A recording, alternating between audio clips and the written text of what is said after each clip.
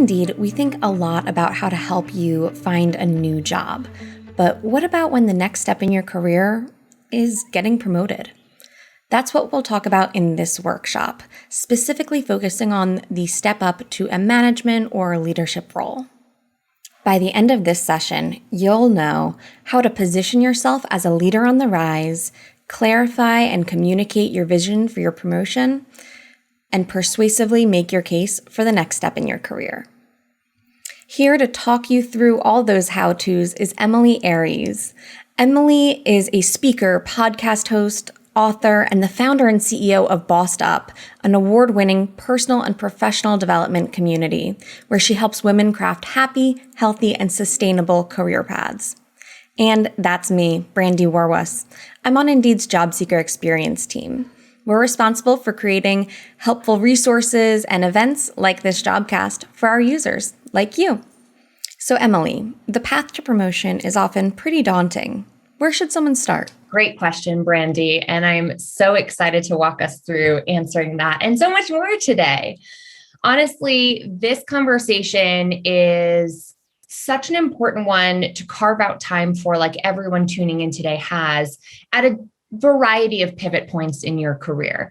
So if you're here because you've been feeling a little bit stuck and not sure how to get to that next level, or you feel pigeonholed because you are really getting opportunities to do what you've already learned to do and want to do something a little bit different or get into that first leadership role or management role, you're facing a common conundrum that so many of my clients, podcast listeners, and book readers often tell me they're running up against. So that's really what we're going to break down today. And I can't wait to answer your questions in real time towards the end of our talk today. I recommend the best place to get started when it comes to thinking about your promotion and your pathway to promotion is really answering why you're interested in a promotion. Because there's lots of different reasons folks are looking for that next step in their career. Number one that comes to mind that I think is relevant for so many of us is higher pay. I do want to clarify, however, that you can often negotiate a raise without a promotion. So don't think that the only way you're going to be able to increase your pay is to fundamentally change your job description and your role and your responsibilities at work. What we're focusing on here today is that promotion navigation. So things that result in a fundamental shift in your role and responsibilities, oftentimes with higher pay, but not always. So keep in mind, we have tons of resources available, I'm sure, right here on Indeed in the Jobcast archive, but also on bossedup.com that have detailed step-by-step instructions on how to negotiate a raise, whether or not you're negotiating a promotion. Now, if you're here because you're looking for variety, growth, bigger impact, more power and influence, those are all really great reasons to pursue a promotion. That oftentimes is what climbing that hierarchy at work can look like. I would caution you against, however, simply seeking out promotions or that next step in your career because what you're really craving is prestige, or you feel like it's just time. You feel behind when comparing yourself to your peers somehow, or you simply want to feel a sense of progress in your careers. Because sometimes, honestly, that pursuit of progress and the feeling of progress, which is an innate need that we all have as human beings, can be a little misguided. It can cause folks, and these are clients I've worked with who have found themselves going from being a nurse to a nurse manager and really miss nursing and really dislike managing nurses. So I want to caution you against pursuing a promotion for the sake of progress alone, because promotions, at least in the terms that we're really going to be focusing on here today, often come with a fundamental shift towards leadership or management that can take you away from more of the technical frontline aspects of your work. So if you love your job, but you're craving progress, perhaps it's an opportunity to look at opportunities outside of work to feel that sensation of forward momentum. What we're really going to do is figure out today how to persuasively make that case, beginning with positioning yourself as a leader on the rise. Being really good at your job, whether you're a writer, a teacher, a nurse, a scientist, a researcher, whatever it might be, does not necessarily position you for a promotion. In fact, some managers might say, you're too good to be lost to management and leadership. We need you in this technical role that you're really mastering. So keep in mind, being good at your job is not the same thing as positioning yourself as a leader. So what does this process actually look like? First, we have to acknowledge the importance that executive presence plays, right? Executive presence can be a very wishy-washy term. For everyone who uses this term, everyone has a different definition out there. It's a very tricky, sort of wishy-washy quality. But at the end of the day, here's what it actually boils down to, regardless of the definitions that are out there. When someone is thinking about promoting you into a position of management or leadership, they're often asking themselves this question: if she is given a promotion, if she is given the opportunity to lead a project, a team, a department, will others follow? If she or he is given an opportunity to lead, will other people be inspired to follow suit? The answer has to be yes, to really cultivate confidence in your readiness for that next level. And those often who are described as having executive presence are seen as having gravitas, showing confidence, staying poised under pressure, demonstrating decisiveness, all of those leadership characteristics that can be a little bit hard to pin down because, again, they are so different than being good at your job. It's not enough to be good at what you do. We have to project leadership capacity. Even before we've been given permission to lead, we need to demonstrate that we are ready to lead. That's really tricky, especially for women and people of color. We have historically been conditioned to perfect, perform, and please everyone around us, right? We've been taught to just follow the rules, color within the lines, be darn good at what we do, and not necessarily get too big for our britches. And this may be part of the reason why there's such a massive gender leadership gap right from the get-go. It's not like this just happens when we get to the highest echelons of our company's cultures, right? This isn't just the C-suite. In fact, research from McKinsey and Lean In found that for every 100 men who were promoted into their first ever management role, only 72 women are given the same opportunity. And as per usual, unfortunately, the numbers are even worse for women of color. So what does this mean? It means that the gender leadership gap is immediately apparent right from that first management level promotion. And this can be really tricky because this only compounds over time, right? Those men in management then are given opportunities and more opportunities that those women who never got the first shot are even offered. Now, interestingly, a lot of research also shows men are more likely to be promoted based on potential alone, things like executive presence, showing that they have potential to lead, whereas women are more often promoted based on proven past performance. That is very tricky, of course, when you aren't given a chance to show that you can lead. How are you supposed to have a track record of leadership to show that you're ready for leadership? It's a total catch-22. Now, if we were able to close this gap from the get-go and women were promoted at equal rates to men in that first management level promotion, in the next 5 years, we'd see 1 million more women in management across corporate America. So clearly, there are a lot of folks out there who are looking for that next step, who are running not only into personal barriers, but also systemic ones. And I think it's just really important to acknowledge the systemic forces at play when we're navigating these kinds of transitions in our own careers. No, I'm not sharing this to be a downer, right? We got to play the cards we've been dealt while we change the game. And so I'm going to focus on self-advocacy today based on my background, which is helping women and folks of color really advocate for themselves to get to that next level.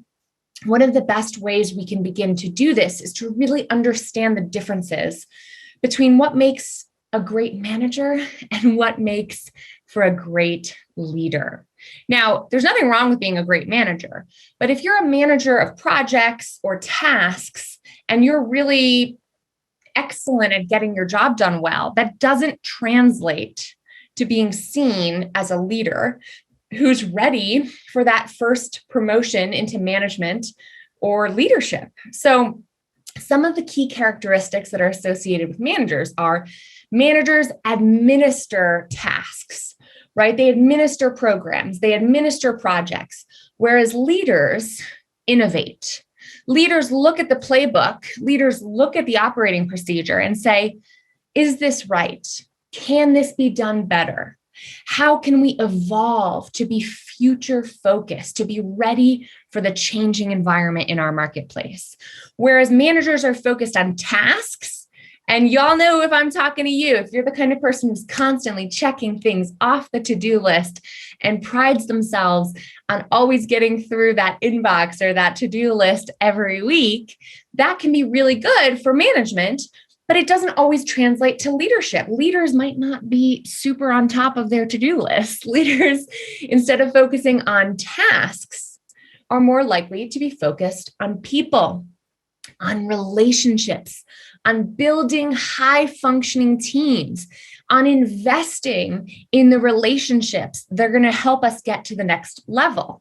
Again, some of us might be thinking, yeah, I have a boss like that who never gets their stuff done, but they might be focused on the people work, on the team development work, on the relationship nurturing that is so key and so important for leaders to do. Whereas managers have subordinates that they might delegate to, leaders have followers. That's why when a great leader leaves a company, oftentimes you see a whole bunch of employees follow them out. Leadership inspires trust.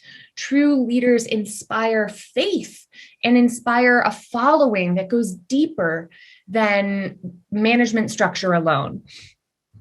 And finally, whereas managers are focused on crossing the T's, dotting the I's, and getting things done right, leaders are less focused on the detail, on the day-to-day, and more focused on the big picture. Are we doing the right thing here? Or do we need to reevaluate? Now, again, there's nothing wrong with being a great manager. We need great managers. But to be positioning yourself as a leader, we need to really shift our mindset away from perfecting, performing, and pleasing, and more towards innovation and vision, right? So clarifying and communicating your vision for the next step in your career is actually an act of leadership, and you're demonstrating your ability to be a visionary leader. But what the heck does that even mean, right? What is a leadership vision? I really enjoy this definition from the Harvard Business Review that says a leadership vision is a compelling image of an achievable future.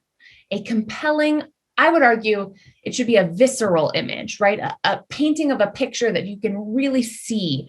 You can almost feel it. You can get excited about it because it's just around the corner, right? You've got to paint a clear picture of what it is that you want, what it is that you see on the horizon. And truthfully, when presenting your leadership vision, it often needs to be rooted in the past, take stock of today's realities, right? Address the present day realities and constraints that you might be working with, and look towards the future.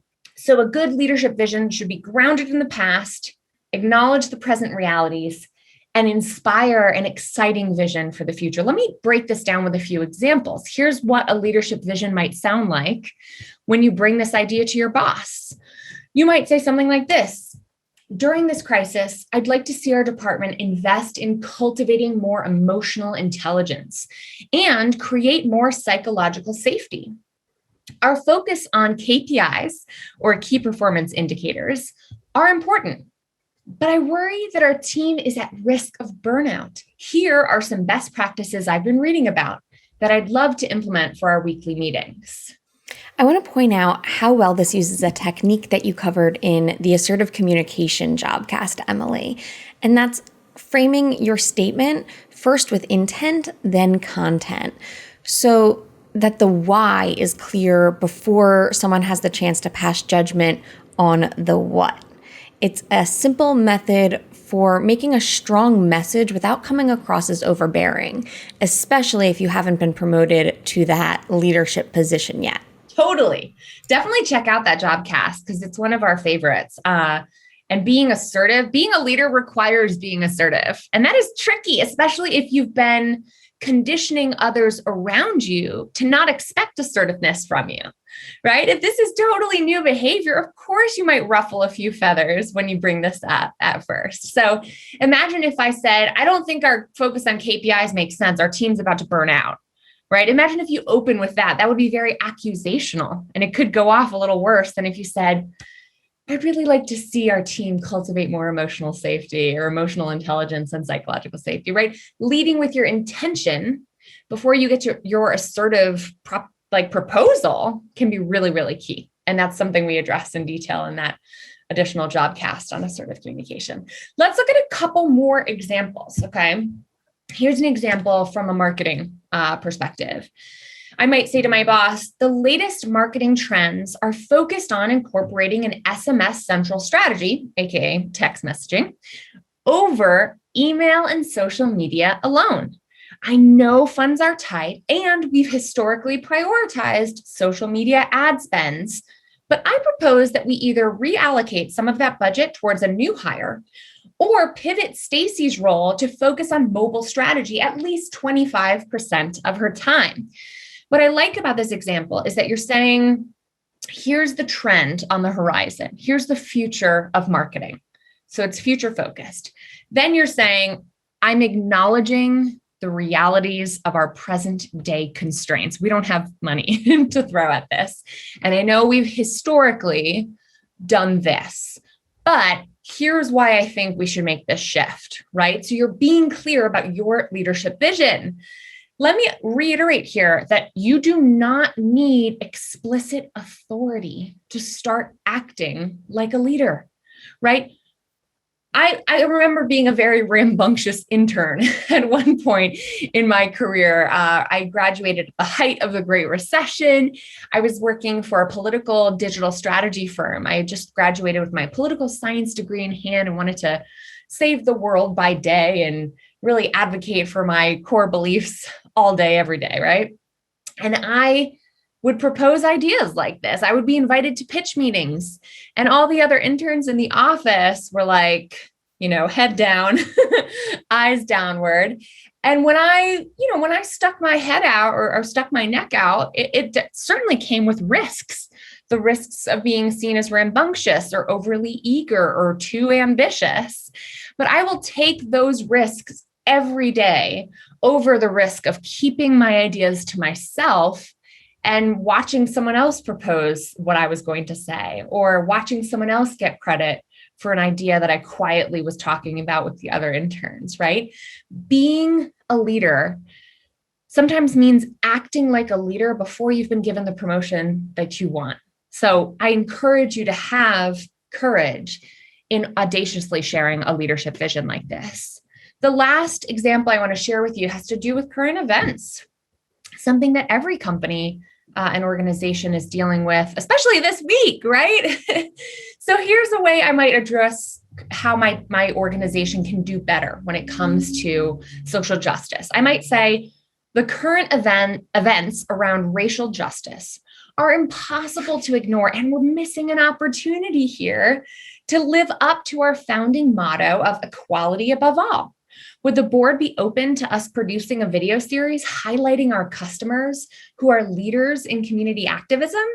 Again, this is proposed in the form of a question, but sometimes a question can be a very assertive way of sharing a vision.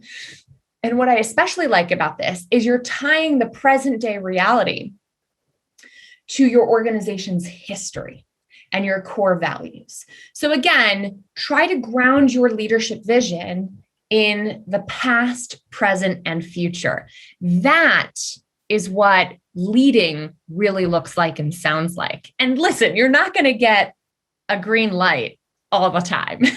You're not going to get a round of applause for every idea you pitch.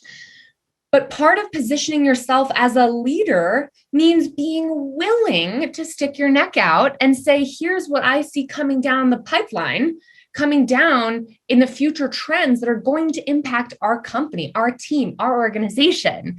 Leaders have their eye on the horizon and are future focused, thinking about innovation, even before they've been asked to do so. So I encourage you to embrace that future focus and be willing to make your voice heard. Now, I have to go back to how this manifests in unique ways across the gender spectrum, because this is especially interesting when you look at the research around women leaders and vision. There's a really fascinating study that was done where they did 360-degree reviews, meaning they surveyed with self-evaluations. They had these women managers' bosses evaluate them, peers evaluate them, and direct reports evaluate them. And what they found is that women leaders were rated higher on every single leadership characteristic compared to their male counterparts, except for one key characteristic that women leaders were seen as lacking in is envisioning, which is what we've been talking about this whole time. The ability to recognize new opportunities and trends in the environment, meaning your whole marketplace, whatever industry you're in, and develop a new strategic direction for the enterprise. So if we think that leadership vision is important, and for some reason it's challenging or difficult for women leaders to demonstrate their leadership vision, there are a few different theories that explain why this might be happening. And this is what the researchers found. Theory one is that women are totally visionary, but just in a different way that doesn't get as much visibility and credit. A lot of women leaders share credit and they say, no, this wasn't my idea. This was my team's idea. And this was the hard work of so many departments that came together on this. And in an effort to be a small d democratic or diplomatic leader who, isn't in it for the spotlight necessarily, she sometimes isn't seen as having vision. She's not seen as having credit for the great ideas that she might be a part of leading. Theory number two is that women leaders are less likely to just stick their neck out and shoot from the hip and pitch ideas that are half-baked, because they know that women's mistakes are dramatized in a way that's much more severe than the average male leader's mistakes. It's actually known in the research as the glass cliff. Related to, but different from the glass ceiling, women leaders are more likely to be given the boot when they make one mistake compared to male leaders who are often given opportunities to redeem themselves. There's some interesting research on that if you want to look into it further. The moral of the story here is that perhaps women leaders are less willing to spitball ideas and to, throw out concepts that are not fully thought through, because they really want to have the facts, have the research done, be fully prepared before pitching an idea. And theory number three is that a lot of the women in this study just didn't think it mattered that much to be visionary. They're like, I'm not interested in being Steve Jobs or Richard Branson or being in the spotlight. I don't need the Britney mic. I don't need the pitch meetings. I don't need to be the one in our commercials. It's really not about me. I am more focused on how I can best serve my team. And that is what it matters to these women leaders who were surveyed. Listen, there's no right or wrong way to view this data. However, it is important to acknowledge that to get to that promotion, to get to that opportunity, being seen as visionary is helpful. So if you are someone who identifies as a woman or someone who struggles for whatever reason with being visionary, I want you to give yourself permission to be audacious here, because cultivating and communicating vision requires giving yourself permission to color outside the lines a little bit. It means reading the newspaper and bringing ideas into work from outside of your company. Instead of keeping the blinders on and staying so focused on getting things done right, we need to pick our heads off the desk and say, well, how are they doing it over there? Maybe we should be asking ourselves if our company can be doing this better. And that is a very audacious idea to put forth, but that is what gets us seen as the leaders that we absolutely are. So I want to encourage you if you feel like you've been perfecting, performing, and pleasing everyone around you, to push yourself, to be audacious and give yourself permission to think outside the box. Now, that being said, it's a very amorphous challenge that I've just given to you, right? If you're like, what does that mean? How do I even begin? So as someone who enjoys a little bit of structure in my own life, I thought it might be helpful to give you a structure within which you can really begin to cultivate more of a vision or strategic plan. Who here has done a SWOT analysis ever? I'd be curious to see if you've ever done one of these before, because a SWOT analysis is just a helpful strategic planning tool that you can use to think about your department, to think about your organization, or just to think about your career in a strategic and analytical way. So let me walk you through what this is. And you honestly just need a pen and paper to get started. You can, write 2 little lines, make a little grid for yourself and just start scribbling down bullet pointed notes to engage in this on your own. So on the top left quadrant, the S in SWOT, we want you to focus on strengths. What is it that you already do well? If you're focusing on this as it relates to your career, I want you to think internally, what are my gifts? What am I already good at? If you want to focus on this as it relates to your department, your team, your organization, I want you to think, okay, what does your organization, department, or team already have going for it? The top 2 boxes here, focus internally on things you have direct control over. So if we look over at weaknesses, the W in SWOT, that's what we need to improve upon. Those are the skills gaps that you might need to close if you're a job seeker thinking about your career, or if you're looking at your team, your department, or your company. What are your biggest internal weaknesses? What are you lacking in terms of things that your team needs to be successful? So as you can see at the top, the left side of this grid is helpful. The right side is harmful, things to watch out for. The bottom 2 quadrants are focused on externalities. So things outside of your direct control, perhaps trends in the marketplace, in your industry, or in the economy overall. So externally, what are opportunities that you can take advantage of? If you're looking at this from a career perspective, what are the economic trends that you can use to cultivate your career, to take your career to the next level? As a team, what are trends that impact your department? What are things that are happening? What kinds of things are happening within your organization that might set up your team to be successful? And then, of course, the final one here is threats. What are external trends that could be really bad for your career or your team? What threats do you need to monitor, to watch out for, to make sure you keep an eye on these things in case they come crashing down and really impact your team, your department, or your career? To give you an example of this, I did a SWOT analysis. My company, Bossed Up, is a small personal and professional development company. We're based here in Denver, Colorado. We've got a team of 4 full-time employees who have a strength going for us, which is we are motivated, hardworking, and passionate.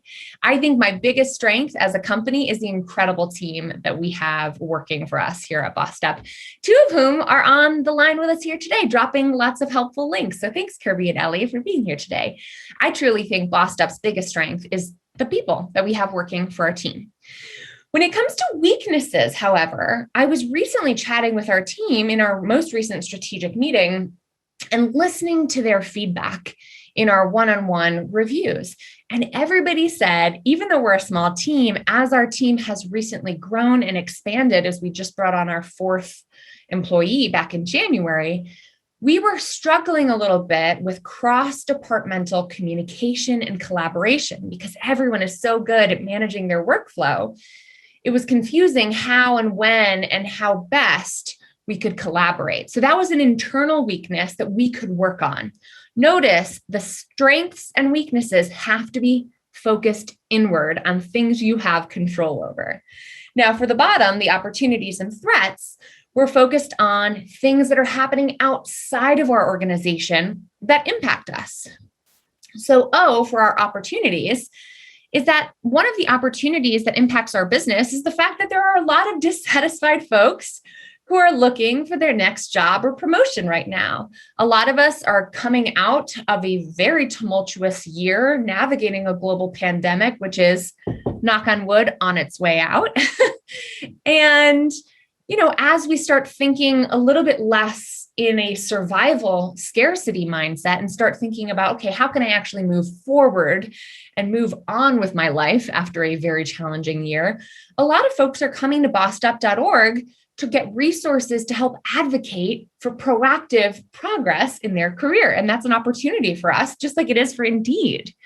When it comes to threats, however, one of the biggest external threats that we're already seeing impact our little business is the fact that a lot of our corporate partners who traditionally bring me in for speaking events or bring us in to run accelerator programs for the women leaders within their organizations globally, their budgets for personal and professional development funds have been slashed due to the economic result of the pandemic.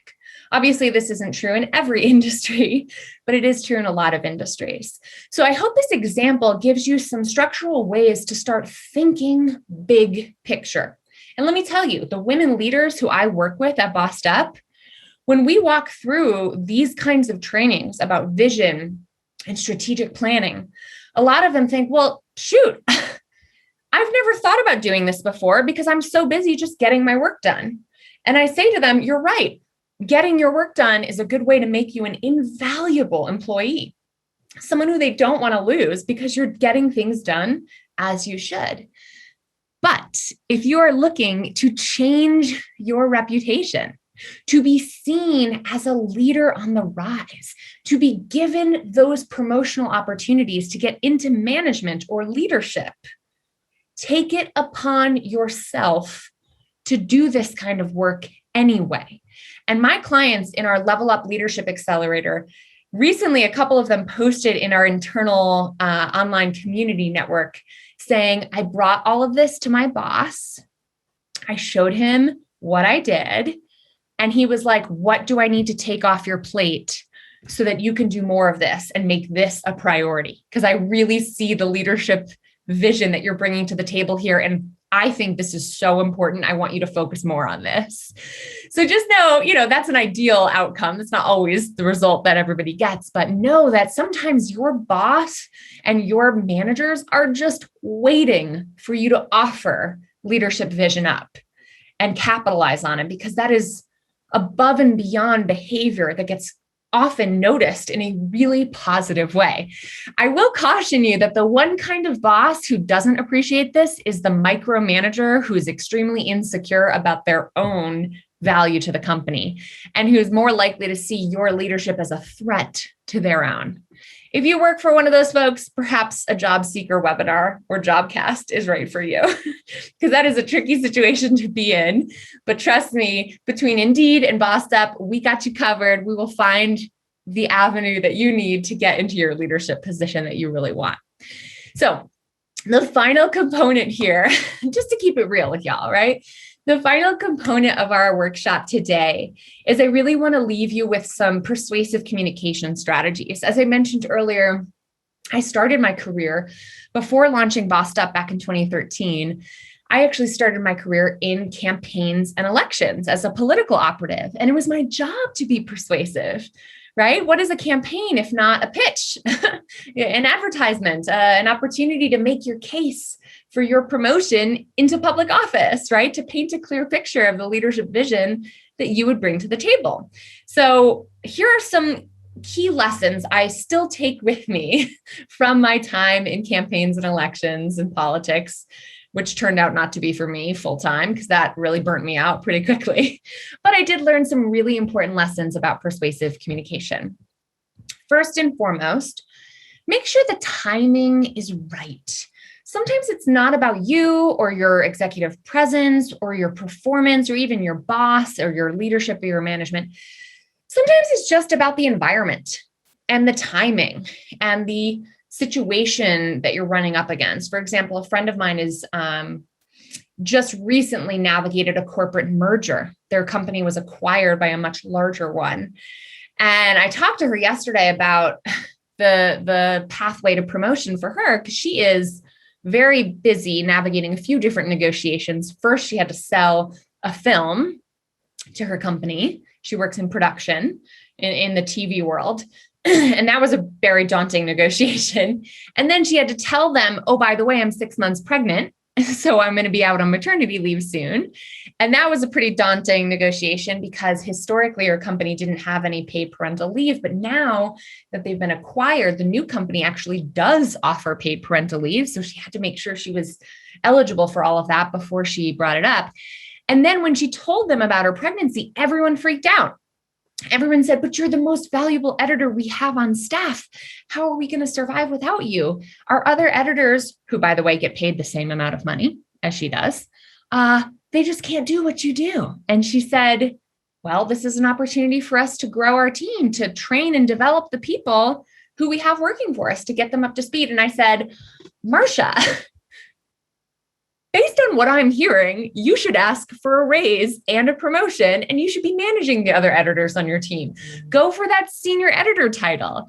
And she said, yeah, but I'm about to leave on maternity leave, and I don't know if I can negotiate that now. If I was going to, I have to do it back in March when the merger and acquisition went through. And I said, dang, that's a real missed opportunity, because had you made your case for a promotion back then, you would be having a very different conversation right now.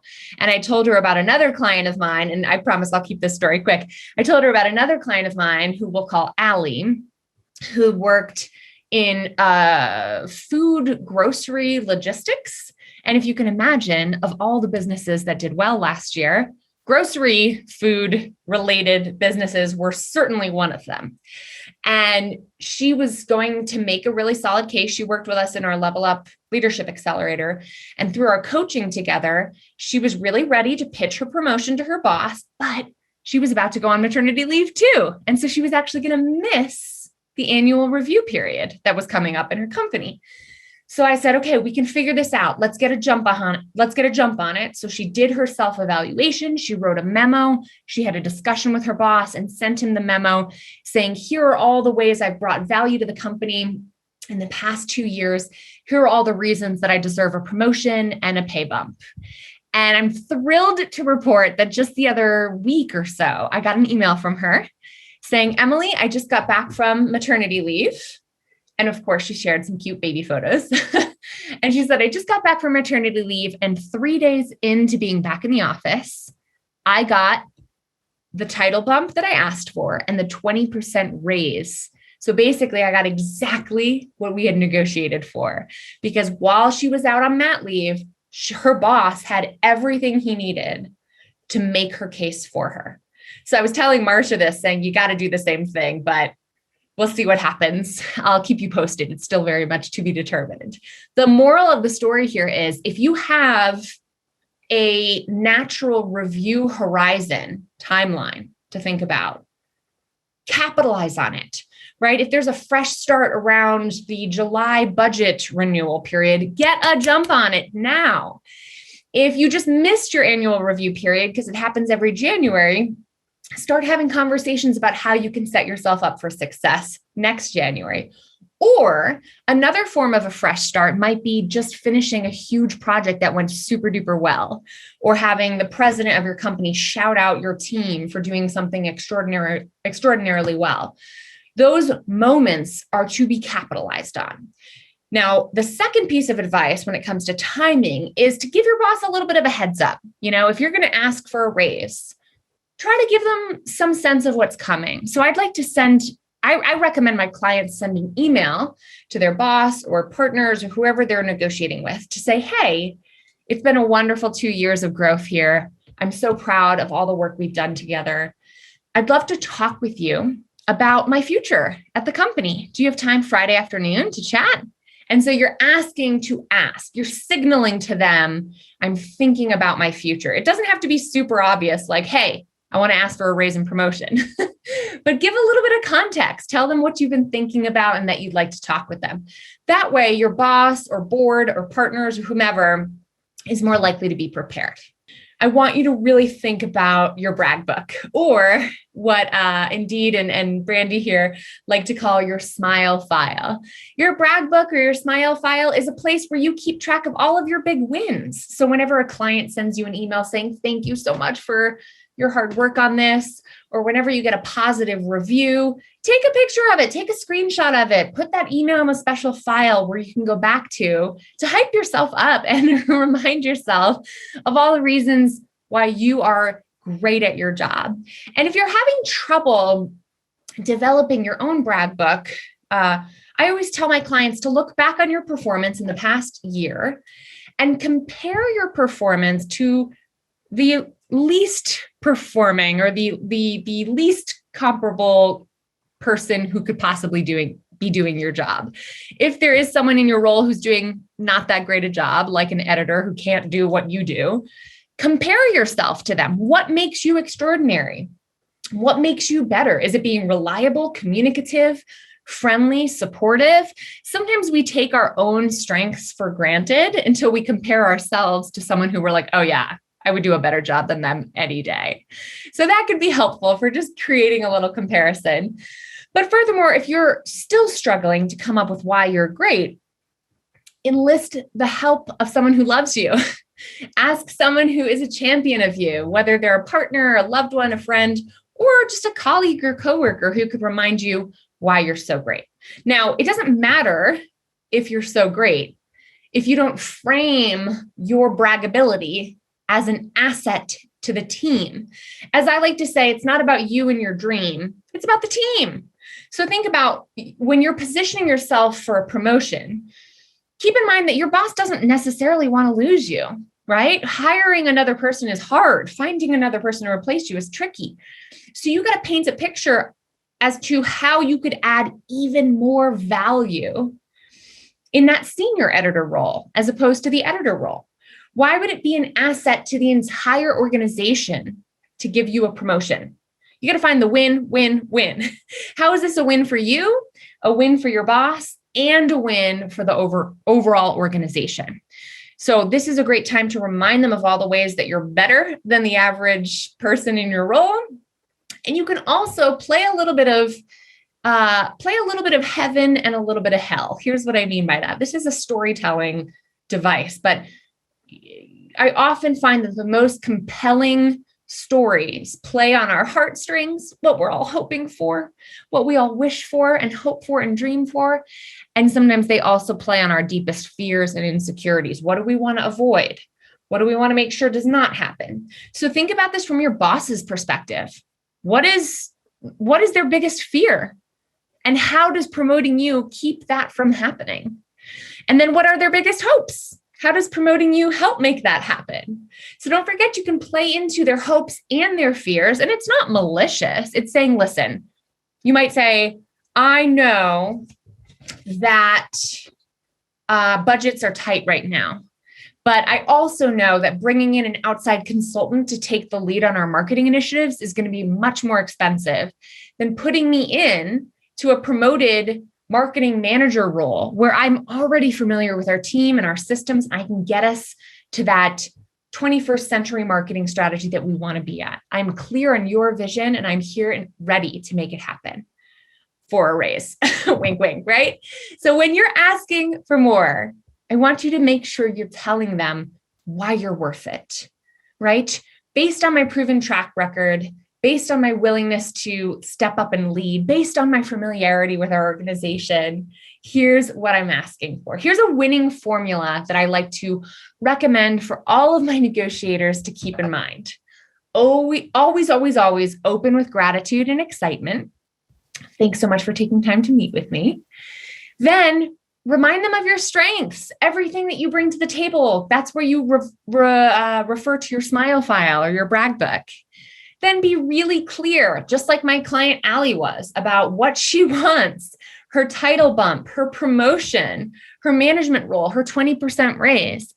And finally, tie it back to the win-win-win. How is this good for all of us? How does this benefit everybody? And then I always recommend closing, because this is not a soliloquy, right? This is a conversation. You're just starting the conversation. So close it with an open-ended question, like, what do you think about that? Here's an example of putting this all together. Thanks so much for taking the time to chat. As you know, I've grown so much here in the past 2 years, especially as it relates to my technical sales abilities, strategic marketing leadership, and team management. Looking ahead to my professional future, I'd love to be formally promoted to sales and marketing director from manager, as I'm ready to bring more strategic influence to our team. With this new level of responsibility, I can take more off your plate, create room for my direct reports to grow, and focus on our new strategic direction. Is that something you'd be open to? Now, please do not script this out and write a memo and try to negotiate via email. Do this in a live conversation. It's not about getting every word perfect.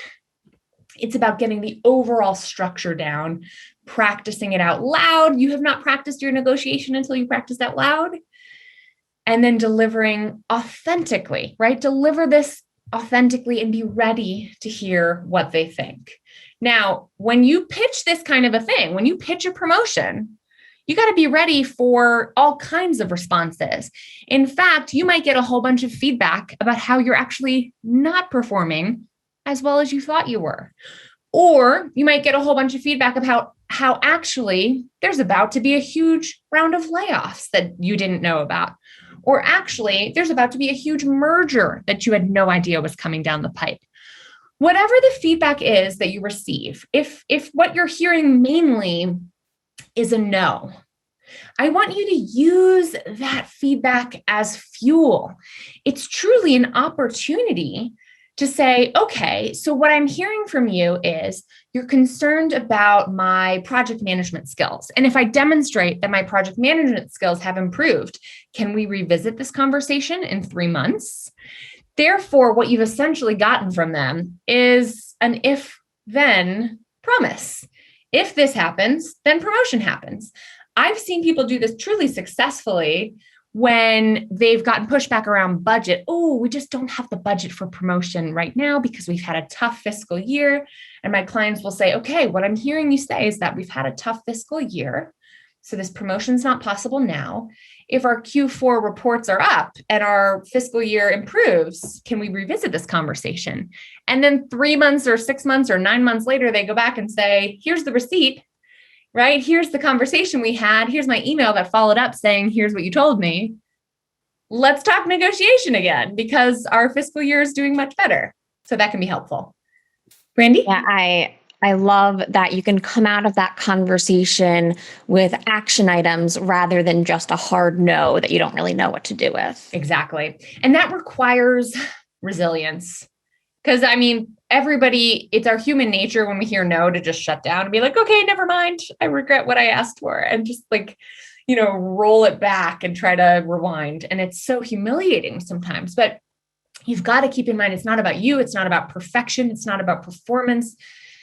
It's really an opportunity for active listening. So if you can kind of check your ego for a minute and lean into the discomfort that is a no and really try to get curious instead of furious, you're much more likely to be successful. Last thing I want you to keep in mind about this is just like my client, Allie, you don't have to do this alone, right? You can enlist your boss as an ally in making the case for your promotion. But guess what? Most of our bosses don't like to negotiate either. So we got to make this easy for them. We got to equip them to advocate on your behalf. Maybe it's about sending that memo saying, here's what we discussed today. Here's all the reasons I should get a promotion. Maybe it's asking them about their timeline, finding out what their process is. Who do they have to deal with? Who do they have to negotiate? And then seeing them as your team member who you can co-create a negotiation strategy with. Obviously, this hinges on having a pretty good relationship with your boss already, which I know is not available to everybody. But remember, you're not just limited to your boss. Sometimes it's peers, it's colleagues, it's other leaders within the company, mentors, sponsors who you can enlist for this kind of support as well. This process doesn't happen overnight.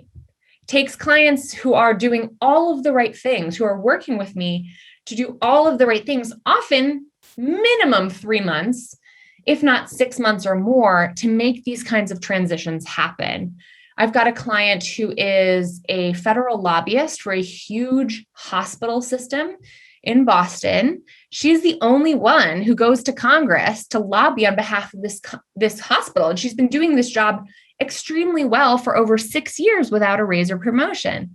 And after working with us in our Level Up Leadership Accelerator, she made a really strong case for why she should get a new team member, right? A direct report, a promotion, and a raise to grow her department's influence right around the same time that there was going to be a president's switch. So there was going to be turnover in the C-suite, in the president's office. That doesn't happen very often for a hospital. It doesn't get a new president very often. But she was able to connect her promotion to the new president coming into office. And guess what? That stuff takes time. So even if you play all your cards right, even if you do this super strategically, stay persistent and stay vigilant. If you start to hear promises with no action, month after month after month, with no real end in sight when you're not going to be paid lip service, if you feel like you're just getting empty promises with no follow through month after month, then it's time to start thinking, what are my alternatives? Because sometimes there's a reason why so many people come to Indeed and Bossed Up for job search advice. Sometimes the fastest pathway to a promotion is looking outside the organization. But if you really believe in where you're at and you want to continue to contribute to your team, to your organization, know that this takes time, but it is so worth the advocacy. No one can advocate on your behalf better than you can. So keep these takeaways in mind.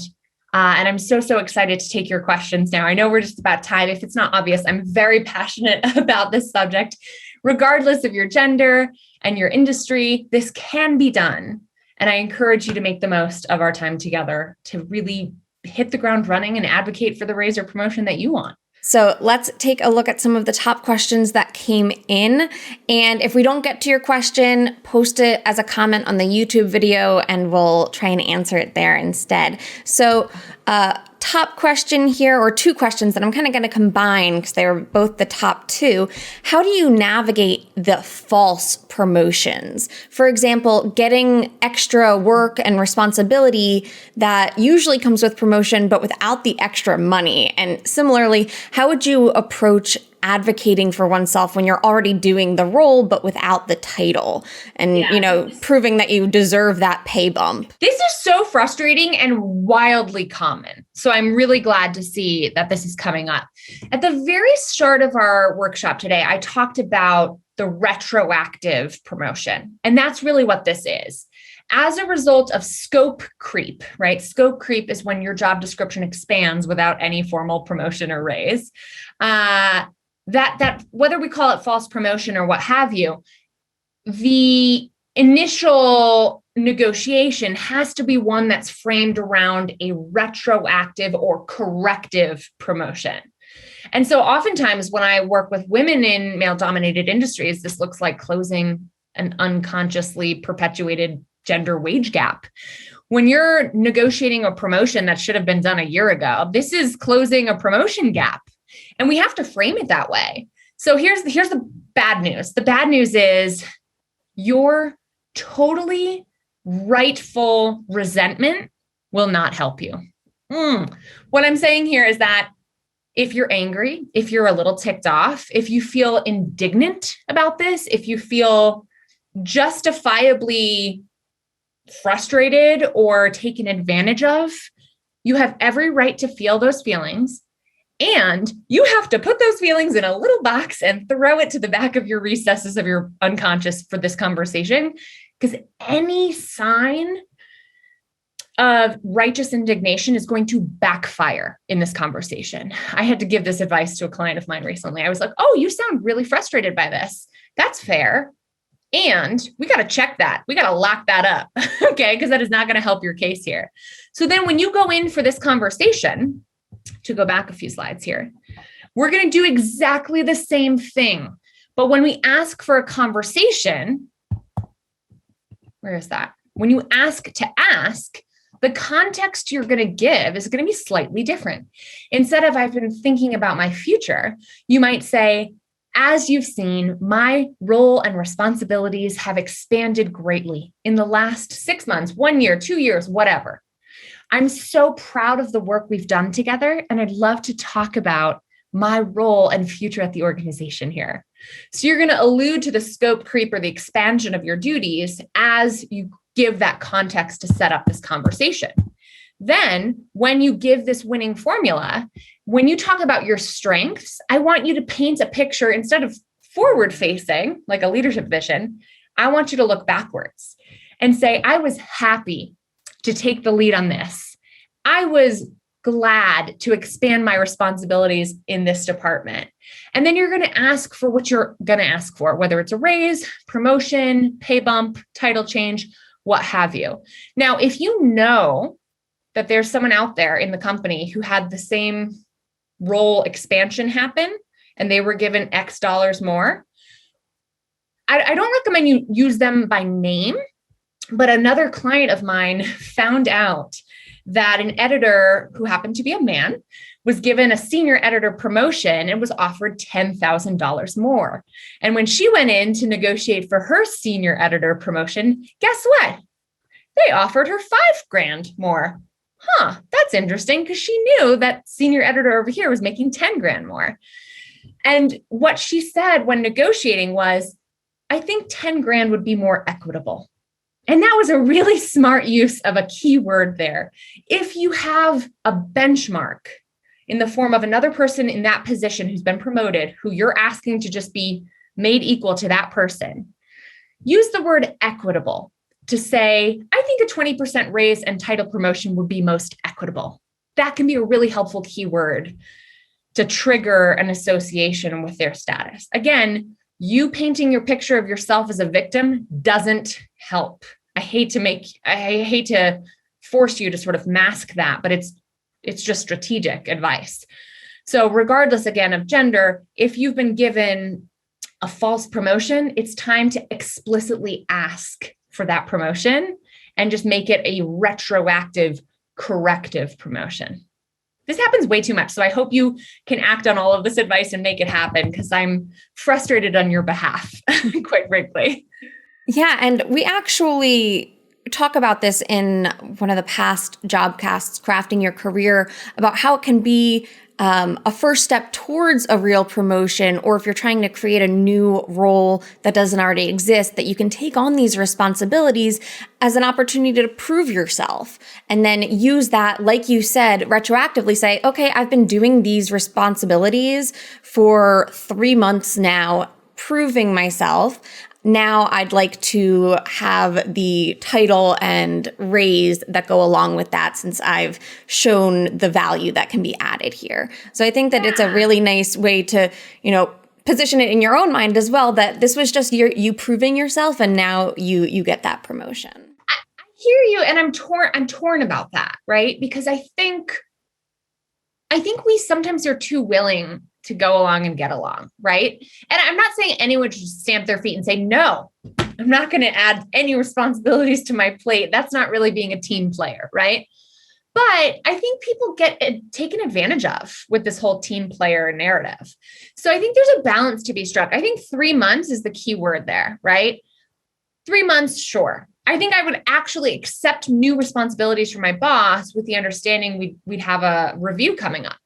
Let's review my role and talk about my expanded responsibilities. I'd be happy to take this on. Can we, have a review? Some organizations host a review once a year. That is whack as far as I'm concerned, right?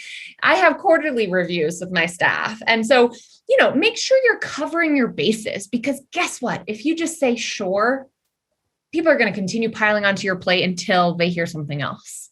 And more often than not, that means women and folks of color. And that's not cool. So I think we have to find the right balance, and it's really up to each of us to be our own best advocate to assert our boundaries. Absolutely. The next question here is, how do you get around office politics to get a promotion? I found it's much more important how good you are personally with the business owner or boss who determines who will progress. Yeah. I mean, couple key things to keep in mind. Power map your workplace. Figure out whose opinions matter and whose don't. And I'm not saying any human being matters more than anyone else, but sometimes at work, this person's perspective of what you're doing matters a whole hell of a lot more. I made this mistake early on in my career. I was the youngest state director in the nation, and I was focused on my volunteers. I was focused on my state. I was focused on my turf, my work, my political relationships as I was serving on behalf of a federal nationwide organization. And guess what? When layoffs came around, no one in HQ in Washington, D.C. knew who the hell I was or what the hell I was doing because I was so focused on staying in my state. And I had not nurtured the relationships with the people who are in the most positions of power within my structure. The people who were doing a worse job, as far as I was concerned, but who had nurtured relationships with HQ stayed while the rest of us got fired or got laid off. And so, power map your workplace. Figure out who has the most influence. Sometimes influence and power are not directly correlated with title and authority. So keep that in mind. And then make relationship development part of your strategy. It is not just about being good at your job. That's not good enough. And while that should be good enough, we don't live in a perfect meritocracy. We don't live in a world where merit equals success or merit and work, hard work alone equals promotion. So the answer to how you overcome the politics is you get into it. You play into it because it can't be avoided. Sorry, hate to break it to you, but we all need to roll up our sleeves and be willing to play ball because politics is just another word for relationships, and people promote people that they believe in. Yeah, and a big keyword on this topic is visibility, right? So those relationships, but also making sure that the hard work that you're doing is shown to those people who have influence, and making sure that, whether you're just sharing it out through email or in your meetings with them, sometimes this can be really hard for people. I know I struggle with this myself because you're like, oh, I don't want to brag about this, or I don't want to come across as arrogant about it. But you want to make sure that what you're doing and spending your time on is getting seen by those people with power. I think sometimes we think that there are workhorses and show horses and that there are just two kinds of workers. We got to be both. We got to be doing both. And for the first part of my career, I thought working like doggedly alone would do the trick, and it doesn't. So don't think of it as showing off. Think of it as advocating for yourself, making sure you're getting credit where credit is due. And it's hard for women, especially. That's why we have programs like Speak Up to help women be assertive about that. But it is not easy for anybody, especially my introverted friends. I'm if it's not obvious, I'm very extroverted. And I think there is a totally different set of advice for introverts to really show their work as much as extroverts do. Absolutely. Another question here, kind of relating to those vision statements we talked about, is how do you balance sharing your ideas to achieve promotions and avoiding having your ideas stolen in that attempt? This is something I talk all about in Speak Up, actually. So a couple of strategies to keep in mind. First is there's a lot of people, especially entrepreneurs, when I was first starting my business, who I would come across who'd be like, yeah, I'm working on this amazing business idea. I can't tell you about it because it's not public yet. And I would just be like, come on, man. Like, come on, bruh. Like, what? Really? You know what I mean? We think that everyone's going to just run away with our ideas. And I think people are a little bit more paranoid about that than we need to be. Sometimes that comes from a place of fear that's well-founded. If there's like a history of people swiping each other's ideas in your workplace, fine. Sure. Be guarded. But being guarded has its consequences too. Sometimes it's just perfectionism in really nice shoes that keeps us from sharing our ideas until they're perfect or until we think they're perfect. And if you're waiting for that day, you're going to be waiting forever. I think ideas are improved through dialogue. So I encourage you to be willing to lower the bar a little bit, be willing to speak up in first draft, because my business wouldn't be where it is today had I not started talking about it before I was ready, before it was perfect. And guess what? Nobody can just do your idea. Nobody can just implement your vision in the way that you would. So have a little more faith in your ability to be unique, right? You are the only person who knows exactly what you're thinking and dreaming about and how you would approach it. So, I think the guarding of ideas is misguided more often than not. That being said, we hear from women, especially in male-dominated industries, all day who say, yeah, I brought this idea up 2 weeks ago. And then today, James brought up the same idea and everyone thought it was great. Nobody thought it was great when I mentioned it 2 weeks ago. The strategy for that is called amplification. Amplification was popularized back in 2009 or 10, I think, by the women of the Obama White House, who found this kept happening to them with no malintent. This happens all the time because women get interrupted at twice the rate as men, and women's ideas often get co-opted and given credit to other folks for just because of how we are all unconsciously biased to listen to men as authority figures. Whole lot more on that if we ever want to go there. But amplification is getting your allies ready to back you up. So when James brings up my idea in the meeting, Ellie and Kirby are there to say, I think Emilie pitched that 2 weeks ago. Isn't that Emily's idea? So that someone else can help amplify me and give me credit. And guess what? If you don't have any allies in the room, be your own amplification and say, James, yes, that's exactly why I pitched this idea 2 weeks ago. Is that a little uncomfortable? Is it very assertive? Yeah. But is it worth it to get credit where credit is due? Absolutely. And just to be clear, I work with companies where men have the biggest opportunity to be allies. Tech companies, law firms, finance companies, which traditionally are male dominated. I work with men who say, okay, how do I amplify? How do I be an ally? How do I make sure that women and people of color whose ideas are marginally or are historically marginalized get credit where credit is due? And a lot of this has to do with people across the gender spectrum speaking up and being allies in action in amplifying and giving credit where credit is due. As you can tell, I love this stuff. So if you're looking to learn more about our offerings, our Level Up Leadership Accelerator is launching very soon. Hired is our job search accelerator, which is also available. And Speak Up is selling out now for July. You can always hop on a free consultation call with a member of our team at bossedup.org/let's chat to learn more about our offerings and see if what we have to offer is right for you. We'll always level with you on that and be super clear. If it's not the right fit, we'll send you on your merry way with lots of our free resources too. But thanks, Brandy, so much for this time together. Yeah.